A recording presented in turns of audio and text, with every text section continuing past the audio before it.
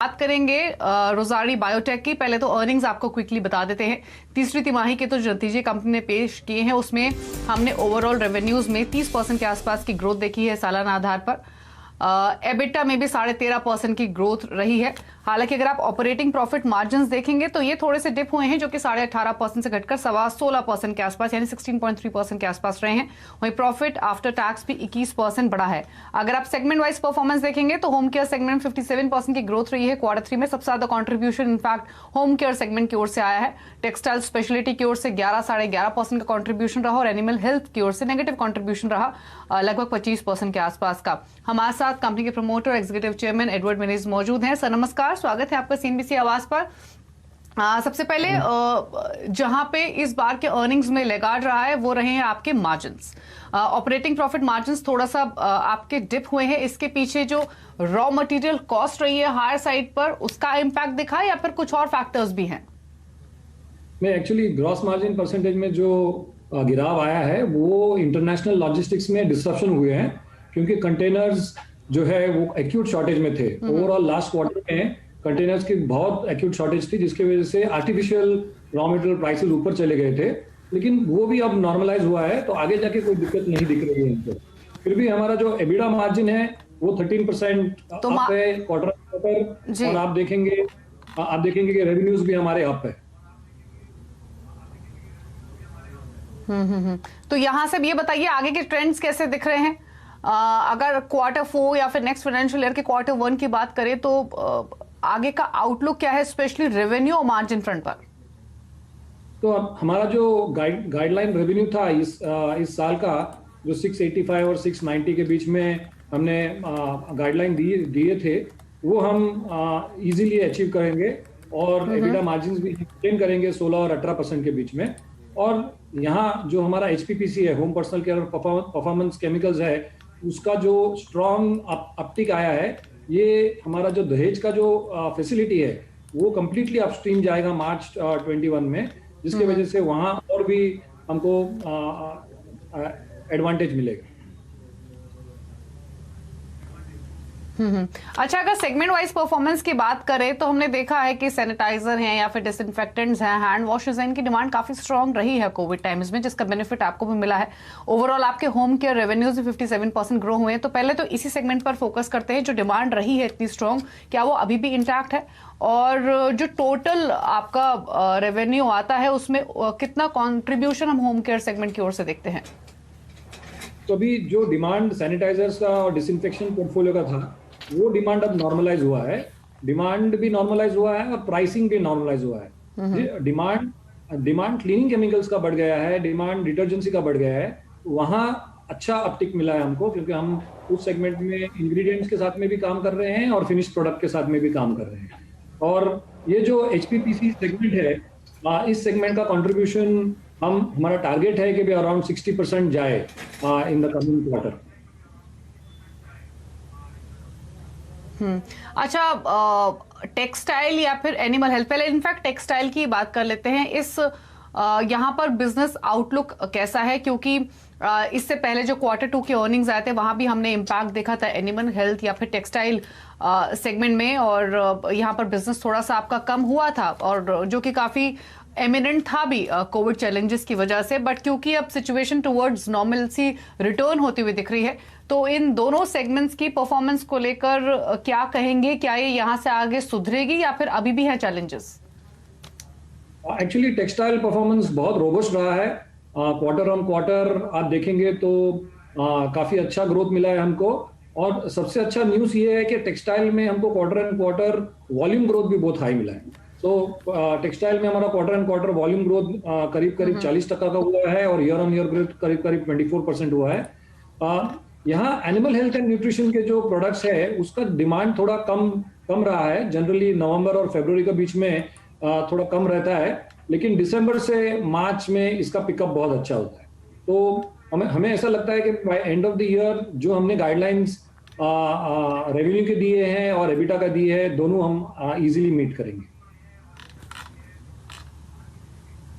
ठीक है। अच्छा, आपने शुरुआत में कहा कि होम केयर सेगमेंट पर आपका फोकस ज्यादा रहेगा और कोशिश आपकी यही है कि ओवरऑल रेवेन्यू कंट्रीब्यूशन जो है इस सेगमेंट से वो फर्दर बढ़ता हुआ दिखे। तो एक चीज आपसे पूछना चाहेंगे, क्या स्ट्रैटेजी क्या है पर इस पर्टिकुलर सेगमेंट के लिए? क्या आप और नए प्रोडक्ट्स को ऐड करेंगे या फिर एक्सपेंशन पर आपका फोकस रहेगा? एग्जैक्टली क्या स्ट्रैटेजी है इस सेगमेंट को लेकर? तो ऐसा है कि भी हमारा आईआईटी मुंबई में हमारा जो आर&डी सेंटर अभी सेट हुआ है वो कंप्लीटली सेट हुआ है। लास्ट क्वार्टर में हमारा वहाँ इनॉग्रेशन हुआ था और जिसके जिसके वजह से काफ़ी नए प्रोडक्ट्स हमारे पाइपलाइन में होम केयर और परफॉर्मेंस केमिकल्स में आए हैं। और होम केयर और परफॉर्मेंस केमिकल्स का जो इंग्रेडिएंट्स बिजनेस है वो इंग्रेडिएंट्स बिजनेस को भी काफ़ी बूस्ट मिलने वाला है, क्योंकि हमारा दहेज का प्रोजेक्ट मार्च 21 में कंप्लीट हो जाएगा और 1,32,500 टन के जो कैपेसिटी है वो कैपेसिटी हमारे लिए अवेलेबल रहेगी, जिसमें से हम सोचते हैं कि भी 20-25% का कैपेसिटी फर्स्ट ईयर में हम यूटिलाइज करेंगे। तो काफ़ी हमारे ये जो home care and personal performance chemicals का बिजनेस है उसको काफ़ी अच्छा बूस्ट मिलने वाला है ये क्वार्टर में और आगे जाके भी। अच्छा, ठीक है। वापस मार्जिन्स पे लौटते हुए एक चीज और समझना चाहेंगे। हमने देखा है कि एम्प्लॉय एक्सपेंसेस भी आपके थोड़े से बढ़े थे और साथ ही रॉ मटेरियल कॉस्ट भी थोड़ी हायर साइड पर रही थी और इनफैक्ट पिछले साल के मुकाबले अगर कंपेयर करें तो जो रॉ मटेरियल कॉस्ट है वो ऑलमोस्ट 30-35% बढ़ी है। अभी रॉ मटेरियल प्राइसेस का क्या ट्रेंड है और इसको एब्जॉर्ब करने के लिए क्या प्लान कर रहे हैं आप, कैसे मैनेज करेंगे? जैसे मैंने बताया कि रॉ मटेरियल प्राइसेस सिर्फ एक क्वार्टर में ऊपर चले गए थे, वो भी आर्टिफिशियल इंक्रीज था। इंटरनेशनल मार्केट में प्राइसेस ऊपर नहीं गए थे, लेकिन क्योंकि कंटेनर जाम हो गए थे पूरे विश्व में, इसलिए प्राइसेस ऊपर चले गए थे। हमको कुछ कुछ मटेरियल लोकल भी खरीदना पड़ा, लेकिन ये अब नॉर्मलाइज हो गया है। तो हमको आगे जाके ये जो स्टीप इंक्रीज आई थी रॉ मटेरियल में जिसकी वजह से ग्रॉस मार्जिन में इंपैक्ट हुआ है वो नहीं होगा।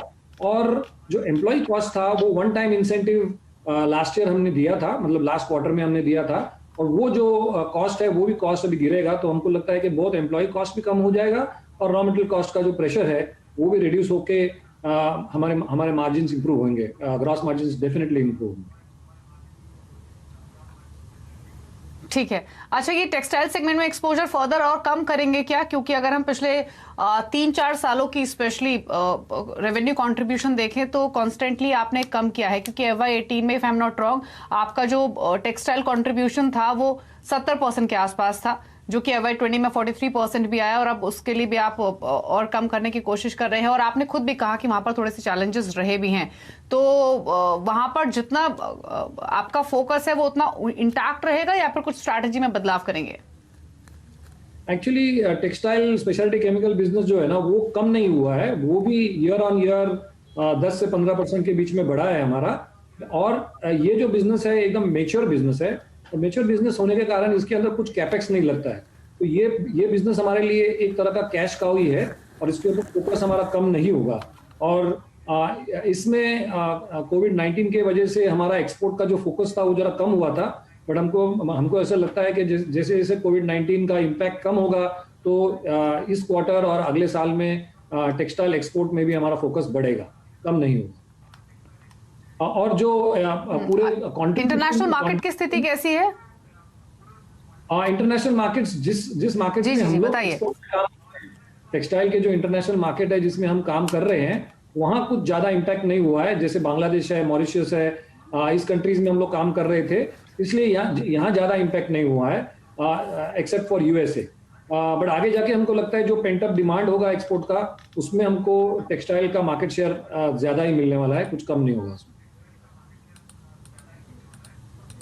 अच्छा, क्विकली लास्ट क्वेश्चन होगा सर आपसे, और एक चीज और समझना चाहेंगे। जब आप IPO लेकर आए थे तब आपके प्लान यही थे कि कॉर्पोरेट पर्पसेस को फुलफिल करने के लिए आप फंड्स के यूटिलाइजेशन करेंगे और साथ ही डेट को रीपे करने के लिए। डेट की सिचुएशन क्या है अभी? सर अभी भी हमारा कंपनी जीरो डेट है और we are sitting on 100 crores of cash, so we are looking for other opportunities basically at the present moment. Okay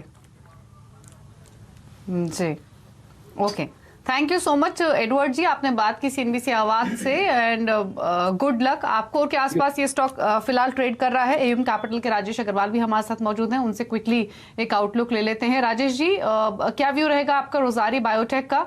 earnings decent है और आगे का जो आउटलुक है मैनेजमेंट का वो भी काफी स्ट्रांग है, डेट जीरो हो चुका है, 100 करोड़ के कैश पर कंपनी बैठी है और अभी भी इस फाइनेंशियल ईयर के लिए जो उनके रेवेन्यू मार्जिन टारगेट्स है वो इंटैक्ट हैं। क्या व्यू रहेगा स्टॉक पर? देखिए, आपने सही कहा कि जीरो डेट कंपनी है, 100 करोड़ कैश पर बैठे हैं, इनके जो व्यूज हैं, जो एक्सपेक्टेशन है वो इंटैक्ट है। लेकिन हमें ये नहीं भूलना चाहिए कि अगर आप देखो तो एक तो इनका जो सैनिटाइजर वगैरह को, डिसइंफेक्टेंट को लेकर के डिमांड जो बीच में बहुत बढ़ गई थी, वो मेरे ख्याल से थोड़ी गिरावट की तरफ है। दूसरे सबसे बड़ी बात है कि जो वैल्यूएशन है वो अगर लिस्टेड प्लेयर्स के साथ कंपेयर की जाए तो बहुत ऊंची वैल्यूएशन है।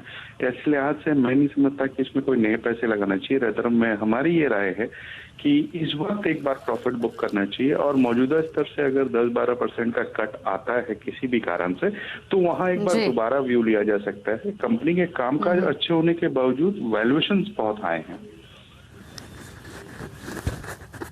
ठीक है, ठीक है, वैल्यूएशंस थोड़ी सी महंगी है, अदरवाइज बिजनेस कंपनी का स्ट्रांग है। राजेश जी, आप बने रहिए हमारे साथ क्योंकि Kotak Mahindra bank prima facie figure आई है, वो है मुनाफे की। 1854 करोड़ का मुनाफा बैंक ने पोस्ट किया है और ये 1596 करोड़ से बढ़कर हुआ है। तो अनुमान भी यही था कि 1894 करोड़ के आसपास रह सकता है मुनाफा। तो जो एक्सपेक्टेशन उससे स्लाइटली लोअर साइड पर ये आंकड़ा आया है, लेकिन मोर और लेस सेम ही है ये फिगर आई है। हालांकि देखना होगा कि इनकी एनआईआई ग्रोथ कैसी रहती है, क्योंकि आशंका तो ये जताई जा रही थी कि जो एनआईआई ग्रोथ है वो पिछले 16 क्वार्टर में सबसे धीमी रह सकती है, लेकिन नेट इंटरेस्ट मार्जिन में इंप्रूवमेंट दिख सकता है। तो ऐसी एक्सपेक्टेशंस थी और इंपॉर्टेंट ये रहेगा कि आगे के लिए क्या आउटलुक मैनेजमेंट की ओर से आता है। राजेश जी, ग्रॉस एनपीए का आंकड़ा भी आया है और सीक्वेंशियल बेसिस पे कम हुआ है, 2.55% से घटकर 2.26% रहा है। और जो नेट एनपीए का आंकड़ा है वो भी 0.64% से घटकर 0.50% पर रहा है। तो एसेट क्वालिटी में सुधार देखने को मिल रहा है सीक्वेंशियल बेसिस पे और मुनाफे का आंकड़ा भी इनलाइन विद एक्सपेक्टेशंस है। स्टॉक अपनी स्ट्रेंथ को होल्ड कर रहा है। जो भी डिटेल्स अब तक आई है उस हिसाब से आपको ये नंबर्स कैसे लग रहे हैं? देखिए, मुझे बहुत बेहतर नंबर लग रहे हैं क्योंकि जिस तरीके के माहौल से हम लोग गुजर रहे हैं उसमें अगर बॉटम लाइन में सुधार देखा गया है, एसेट क्वालिटी में सुधार देखा गया है, दो चीजें और देखने की होंगी, एनआईएम की क्या पोजीशन आती है और एनआईआई ग्रोथ क्या होती है। अदरवाइज जो आंकड़े हैं उस लिहाज से हम इसे थम्स अप भी देंगे और मैं समझता हूं कि इसमें खरीदारी करनी चाहिए। एनआईआई ग्रोथ जो है वो एक्सपेक्टेशन से बेटर रही है। 4000 करोड़ के आसपास की एनआईआई ग्रोथ कंपनी ने पोस्ट की है। एक्सपेक्टेशन से कि 3944 करोड़ के आसपास ये आंकड़ा आ सकता है। तो जो आंकड़े अब तक आए हैं कोटक महिंद्रा बैंक के, वो in line with expectations towards better side ही रहे हैं और स्टॉक अभी भी दिन के ऊपरी स्तरों पर कारोबार करते हैं। शुक्रिया राजेश जी। और नतीजों के बाद पॉलीकैब इंडिया के सीएमडी इंदर के जयसिंघानी ने कहा कि company consumer durable product launch पर फोकस बढ़ाएगी, साथ ही शिपिंग और इलेक्ट्रिक व्हीकल के लिए केबल मैन्युफैक्चरिंग पर भी कंपनी जोर देगी। सुनिए क्या कहा उन्होंने। हाँ, हम तो बहुत सी प्रोडक्ट में आ रहे हैं, नए प्रोडक्ट्स में वायर केबल में भी आ रहे हैं, कंज्यूमर भी आ रहे हैं। कंज्यूमर आज के जमाने में जो है दैट हर एक को IoT बेस चाहिए। हमारा IoT बेस का हमने नया एक ब्रांड निकाला है होम, जिसका हम लॉन्च करें नेक्स्ट मंथ में। तो पूरा हमारा बेस अभी IoT बेस आएगा और बहुत सी नई वैरायटी बहुत आएगी। एंड उसमें ऐसे भी देखेंगे कि हर टाइप के लोगों के लिए अलग अलग वैरायटी हो, जिसमें हर एक का जो ग्रुप इनकम है, जो भी ग्रुप में एवरीबडी हर एक जना हमारा मटेरियल ले सके, हम ऐसे रेंज में आएंगे। तो हमारे हाथ में आगे चल के केबल वायर में भी बहुत बड़ा मार्केट हमें दिखता है, इलेक्ट्रिक व्हीकल का एंड शिप बिल्डिंग का, डिफेंस का, सबका मार्केट दिखता है। तो मार्केट तो बहुत बड़ा है, खाली हमें मैन्युफैक्चरिंग कैपेसिटी चाहिए, सप्लाई चेन अच्छा चाहिए, जिसपे हम अभी काम कर रहे हैं। तो आगे चल के भी मार्केट तो हम लोग के लिए बहुत बड़ा है जी। तो पॉलीकैब के मैनेजमेंट का ये आगे का आउटलुक आपने सुना। स्टॉक हालांकि 5% नीचे फिलहाल कारोबार कर रहा है, लेकिन एक स्ट्रॉन्ग परफॉर्मर रहा है। शुक्रिया गाबा साहब आपका। और इसी के साथ अब कमाई के अड्डे की बात करेंगे। शैल सर हमारे साथ बने हुए